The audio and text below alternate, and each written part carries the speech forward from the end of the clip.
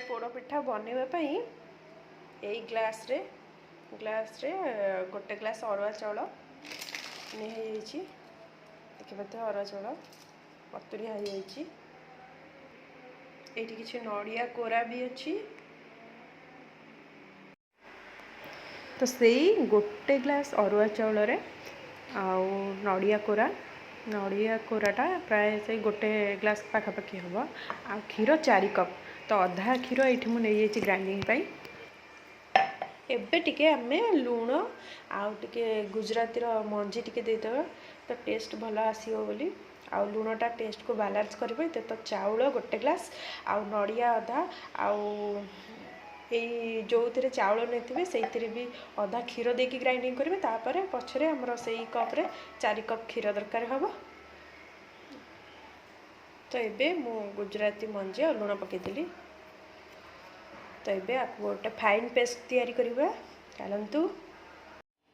एबे देखंतु हमर बैटरटा पूरा रेडी आ पूरा मोटा कि पतला नहीं मीडियम साइज रहिबा। तापर देखंतु एइथिरे आमे ताकू माने आनटा पकई के बसेगा। फास्ट मु एइथिरे घी लगे दीची टॉप रे तो रस बा नॉन स्टिक रे बहुत भल हुए जमती छेनापोड़ाटा सेमती। आउ एठी देखंतु मु ड्राई फ्रूट सब भाजी नउची आ एटा रहिला हमर क्षीर भलसे फुटिया हो जाइए। तो ये देखंतु घीरे जो गुड़ा आम सब भाजी थे काजू किशमिश आलमंड तो से आम सब सीझा क्षीर को एबे टिके फुटई दबा। तो क्षीरटा बेसी सीझिकी भी थिला तो एते भी दरकार नहीं फुटेबा। तो चीनी पकईदबा तापर चीनी पकई टिके फुटईदबा तापर आम जो बैटर रखी सबू ताकू आस्ते आस्ते देकी घांटीबा जेमती कि किसी भी गोटा गोटा एमती न लगी जा लम्स न आसू। तो से हिसाब से पकईबा। मुझे गोटे तेजपत्र भी पकई भल बास्ना आसो बोली पर से तेजपत्रटा को काढ़ी देती। आउ एथिरे भी गोटे गुजराती चाहिए पकई पारे आहरी भल बास्ना आसवाई। तो देखो क्षीर चीनी हाँ गोटे कप ने जो थे आपण मैंने जो चाउल नहीं जो कप्रे बड़ कप्रे तो से गोटे कप चीनी ने ना मीठा आसबनी। तो ये देखो आस्ते आस्ते एमती भलसे गोल ने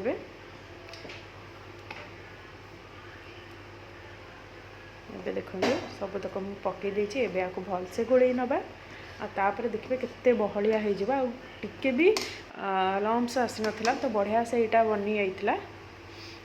तो ये ताको आम छेनापोड़ जमती बसे तो सही टाइप रे मुझे लगे देती बड़ टप्रे कदली पत्र भी ताको एमती साइज करके टिके हाथ पानी लगे ऊपरटा एमती साइज करके किछटा मु काजू किशमिश दे देइथिली।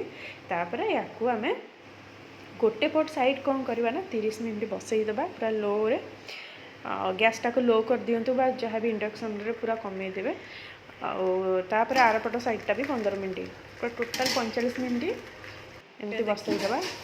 तो देखो गोटे पट साइड हो जाइए प्राय 35 मिनट पर मुझे देखुची देखो उपरटा केमती टिके भी हाथ में लगुनि आउ तलपटा हो आसला बोधे। तापर ये देखो साइड गुड़ा केमती भलसे छाड़ी जाऊँगी।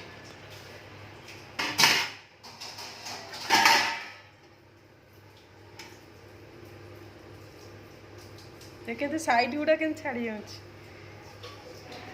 तो फाइनाली तलपटा साइडटा देखिपे केते टेस्टी देखा पूरा छेनापोड़ टाइप मुझे ओल्टे दी गोटे तावारे ताकू सेकियापाई ऊपर पटटा सेमती घी लगे कदली पत्र थोईकी आउ जो थे करी देखो से टपटा को देखो पूरा भलसे छाड़ी जाइए। जापे पिठाटा परफेक्ट हो गोटे पट साइड आ गोटे पट साइडटा ऊपर साइडटा प्राय 10-15 मिनट बसईदबा।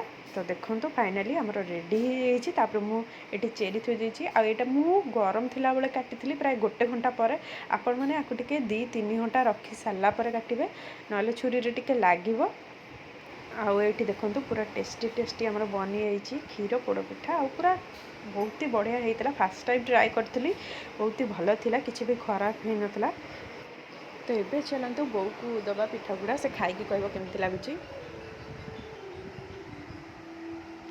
केड़े सुंदर करी मो झुआ मोबाइल में देखुली पोड़ पिठा झुआ कहला कौन देखुच बो मुझे पोड़ पिठा देखुच ना व्यस्त ना करदेली शोई मुझला बेले मो झुआ पोड़ पिठा कर देखला केमी कर साक्षात छेनापोड़।